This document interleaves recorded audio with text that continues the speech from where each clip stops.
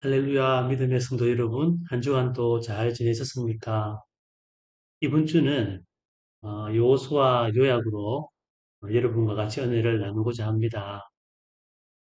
지난주까지 모세오경 요약을 통해서 하나님께서 우리 인간에 대한 경륜에 대해서 모세오경이 담고 있는 뜻을 돌이켜 봤습니다. 지난 시간까지 살펴보았던 모세오경은 가나안 땅의 입성은 하지 않았습니다. 가나안 땅을 앞두고 모세가 이스라엘 백성들에게 과거, 현재, 미래를 조망하는 세 가지 연설을 통해서 이스라엘 백성들이 장차 들어갈 가나안 땅에서의 어떻게 생활을 해야 됨을 권고한 내용까지 신명기에서 다루고 있었다고 말씀을 드렸습니다. 드디어 오늘 여호수아 서에서는 약속의 땅 가나안으로 진입을 시작하여서 그 땅을 확보하는 그런 내용, 그 이후에 여러 과정들이 설명이 되고 있습니다. 여호수아서 1장에서 24장에 대한 요약 내용은 크게 네 가지 파트로 구성이 되어 있습니다. 첫 번째가 약속의 땅 가나안으로 들어가는 과정이 되겠습니다. 성경에서는 1장에서 5장까지 기록이 되어 있으며 이어서 가나안 땅을 본격적으로 정복해 나가는 과정이 6장에서 12장에 걸쳐서 기술이 되어 있습니다. 세 번째로 가나안 땅을 정복한 그 땅들을 12지파에게 분배해주는 내용들이 13장에서 22장에 걸쳐서 기록이 되어 있습니다. 마지막으로 23장과 24장에서는 여호수아가 이스라엘 백성에 대해서 어떻게 살아야 함에 대해서 설교한 내용으로 구성이 되어져 있습니다. 먼저 그 첫 번째 단원인 1장에서 5장에 걸친 약속의 땅 가나안으로 진입하는 내용이 되겠습니다. 1장에서는 하나님께서 여호수아에게 격려와 여호수아에게 약속의 땅으로 들어가라는 명령을 한 내용들이 기술이 되어 있습니다. 2장에서는 여러분도 잘 아시는 바와 같이 첫 번째 맞이하는 성이 여리고 성이었으며 이 여리고 성에 정탐꾼을 보내어서 과연 이 여리고 성이 어떻게 되어 있고 또 공략을 어떻게 해야 될 건지 라는 정보를 위해서 정탐꾼을 보내는데 그 정탐꾼을 여리고 성에 살고 있는 기생 라합이 정탐꾼을 도와주는 그런 내용들이 담겨져 있습니다. 3장에서는 드디어 요단강을 지나서 십기물 통해 요단강을 지난 이후에 거기서 자리를 잡게 되는데 이때에 언약궤를 앞세우고 강을 건너는 내용들이 나옵니다. 이때에 요단강이 갈라지는 역사가 다시 한번 홍해에 이어서 어, 한 번 더 강이 갈라지는 그런 기대한 역사가 있게 됩니다. 이 요단강이 갈라짐에 대한 그런 내용들이 주의 알려짐으로써 가나안 땅에 살고 있는 여러 족속들이 굉장히 두려움에 떨었다라고 하는 내용은 5장 초반부에 기술이 되어 있습니다. 찬양에서는 길갈에 각 지파들이 큰 돌을 가지고 와서 그 돌을 채워서 요단강 갈라짐을 기념하는 그런 내용이 있으며, 5장에서는 말씀드린 대로 가나안 족속들의 두려움과 또 가나안 땅을 들어가서 어, 유월절을 지키는 그런 내용들, 그리고 지금까지 하나님께서 광야 생활에서 공급해 주셨던 만나가 드디어 가나안 땅의 소산을 먹을 때에 끊어졌다라고 기록이 되어 있습니다. 아울러서 여리고로 가는 과정에서 여호와의 군대의 대장을 만나는 그런 용도 기술이 되어져 있습니다.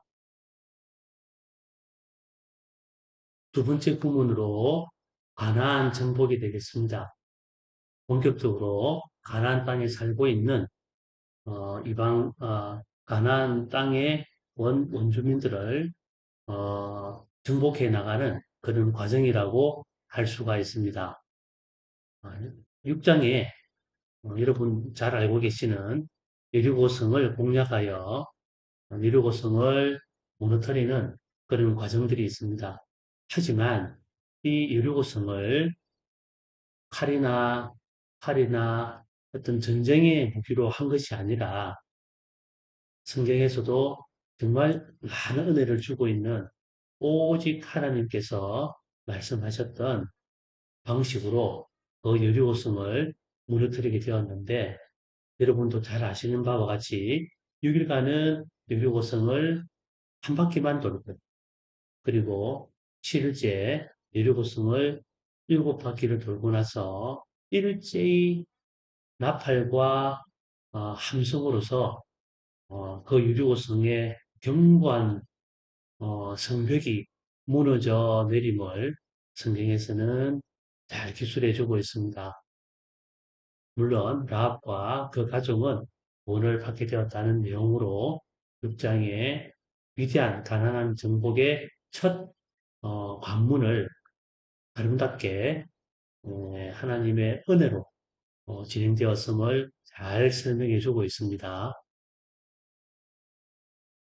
이러한 하나님의 은혜로 성성장구할 듯한 그런 가난 정복기를 써내려 간다고 생각했지만 두 번째 전투인 아이성 전투에서 어이없는 패배를 하게 되었습니다. 그 원인을 찾아보니까 아간이 여리고성에서 어, 취한 불법 재물들을 통해서 그 불법 재물들을 숨겨두었던 것이 어, 제비뽑기 함으로써 그 아간의 일가족이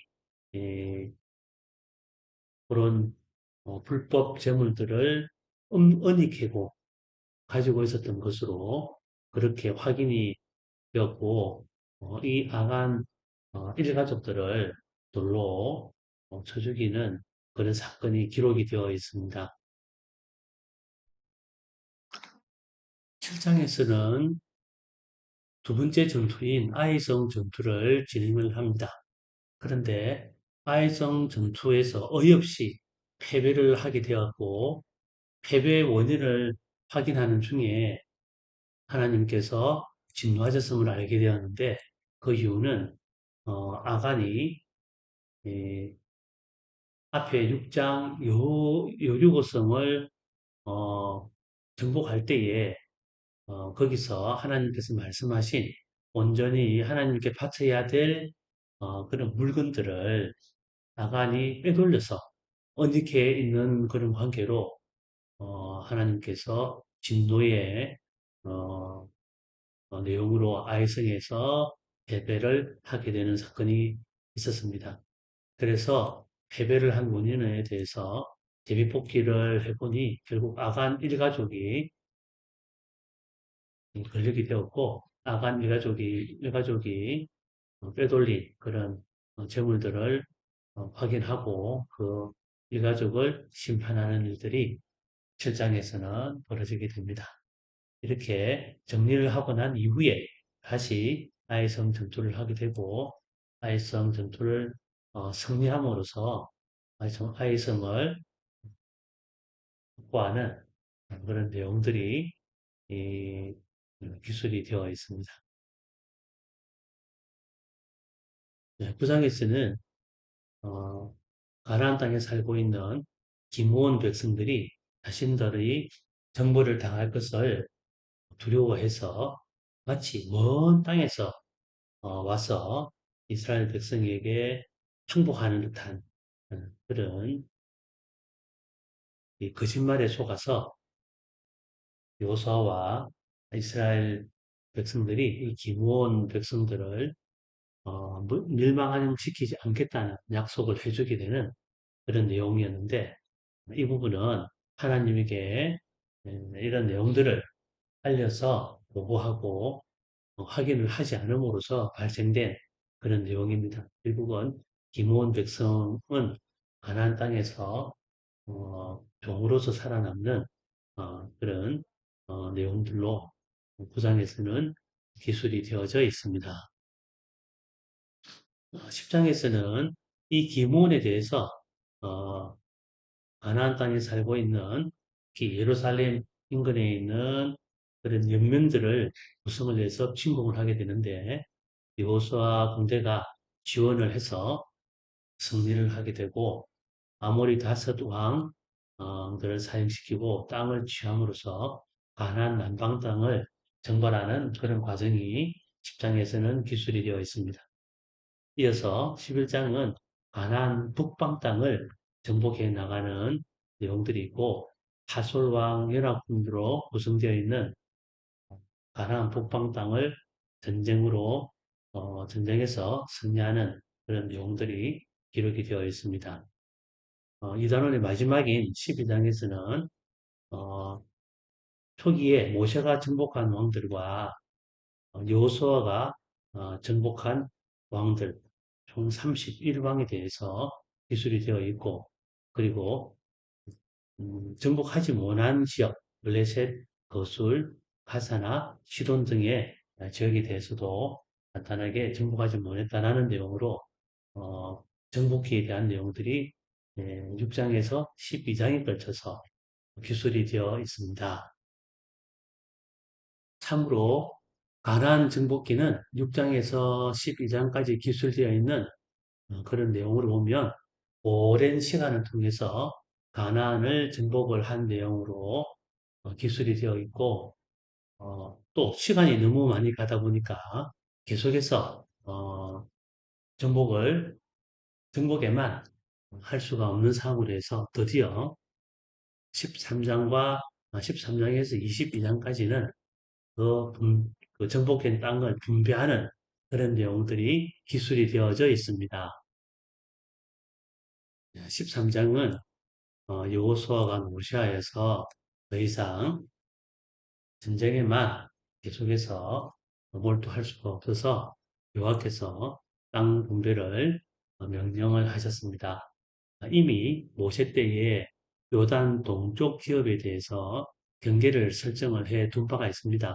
루벤, 갓, 므낫세 반 지파는 요단강 동쪽에 그 땅을 받았고 나머지 9개 반 지파가 14장에 요단 서쪽 기업 경계를 설정해 나가는 그런 과정들이 기술이 되어 있습니다. 유다 지파인 갈렙이 헤브론에 별도로 기업으로 받는 그런 내용이 있는데 갈렙이 지원 공에 의해서 그 헤브론 땅을 기업으로 받게 되었다라고 기술이 되어져 있습니다. 이 땅을 나누는 과정이 그렇게 순탄하게만 진행이 되고 있지는 않은 것으로 성경은 설명을 하고 있습니다. 특히 18장에 보면 땅 경계를 할 때에 여러 가지 의견들도 있고 해서 각 지파별로 3명씩 선정해서 땅을 들여오면 7개 영역으로 나누어서 실로에서 제비를 뽑음으로 그 땅을 나누었다라는 그런 내용도 있으며 또 17장에는 에브라임이나 므낫세 지파에서 자기가 땅을 받은 게 너무 작다. 그래서 추가적으로 땅을 더 요구해서 추가적으로 땅을 배당받는 그런 내용도 기술이 되어 있습니다. 아울러서 죄를 지은 사람들이 어, 억울하게 죄를 지은 사람들이 음, 억울하게 죽지 않도록 그런 사람을 위한 보필성도 각 지역에 지정을 하게 되고 아울러서 레위 사람은 그 땅은 없지만 성읍을 지정하여서 레위 사람들도 그리고 그 성읍을 통해서 어, 생활에 거점이 될 수 있도록 그러한 내용들도 21장에 기술이 되어 있습니다. 마침내 22장에서는 지금까지 서쪽 땅을 어, 정복해 나가는 과정에서 동쪽 지파들이 동쪽에 자기들 땅에서만 살지 않고 서쪽 지파들 서쪽에 모든 지파들이 땅을 얻기까지 전쟁에 동참하겠다고 약속함으로써 그 지원을 하고 있는 그런 동쪽 지파들을 어, 드디어 동쪽 땅으로 돌려보내는 그런 과정이 22장의 기술이 되어 있는데 이 동쪽 지파들이 동쪽으로 넘어가면서 요단강가에 제단을 쌓는 그런 일이 있었는데 이것은 하나님에 대한 제사를 따로 지내겠다는 그런 내용에 대해서 오해가 있었고 오해에 대해서 해명해 나가는 그런 과정이 22장에 기술이 되어 있습니다. 마침내 가나안을 정복하고 그때까지 얻은 땅을 3단원에서는 분배하는 그런 과정의 역사가 이제 가나안 입성 이후에 이루어지게 되었습니다. 하지만 이 이후에도 국소적으로 흩어져 있는 땅들에 대해서는 조금씩 전쟁을 해 나갔던 그런 내용으로 기록이 되어 있음을 알 수가 있습니다. 예, 마지막 사도론인 23장과 24장에서는 여호수아가 두 번에 걸쳐서 이스라엘 백성에 대해서 권념을 하는 내용으로 정리가 되어 있습니다. 특별히 예, 주의를 해야 될 게 이민족을 멀리해서 하나님 외에 다른 우상을 섬기지 않도록 거듭 첫 번째 권념과 두 번째 권념 설교에서 당부를 하고 있는 내용입니다. 여러분도 잘 아시는 아주 유명한 성경 구절로 오직 나와 내 집은 여호와를 섬기겠노라라는 그 유명한 말씀도 여기 24장에 기술이 되어 있습니다. 어, 이스라엘 백성에 대해서 이런 걱정을 뒤로 하고 여호수아는 당년 110세에 죽게 됩니다.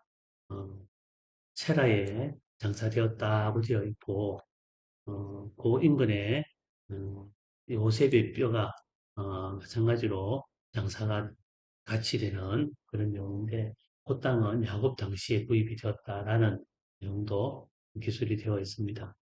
여호수아의 죽음과 같이 아론의 아들인 엘르아살의 죽음도 있었다라고 24장에서는 기록을 하고 있습니다.